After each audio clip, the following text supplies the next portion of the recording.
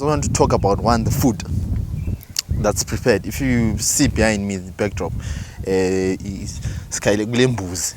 So for umsebenzi lo Mama Khumalo, she used 2 goats. So one is the main one, which is given to Abadal.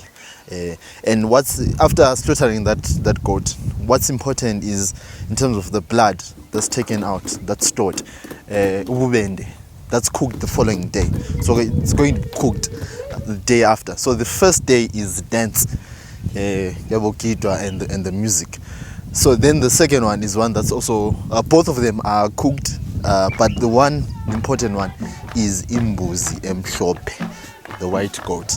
Mina nguMakhawu Mamkandla. Siyapheka lapha ekitchen emshasheni wethu wamahlahla njengoba lobona. Yikho lapha esiphekela khona. Sipheka isitshwala, inyama yembuzi khathesi nje sifuna ufake zangaphakathi amathumbu ulusu. Yikho esikuxhwathisa kwakhathesi.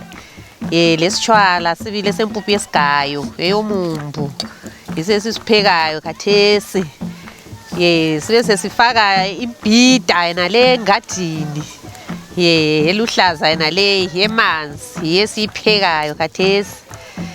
Hayi siyafaka lokungamatamatisi nje ukuthi kungani kuba munywana. Sidle sikholise. Hayi ibhodo yesipheka ngayo isitshwala ukwenzela ukuthi isitshwala somlilo siyahlabusa. Futhi ibhodo yavuthisa isitshwala sichi. Siyavuthwa ngesikhathi ofuna ngaso. Udle isitshwala esivuthiweyo.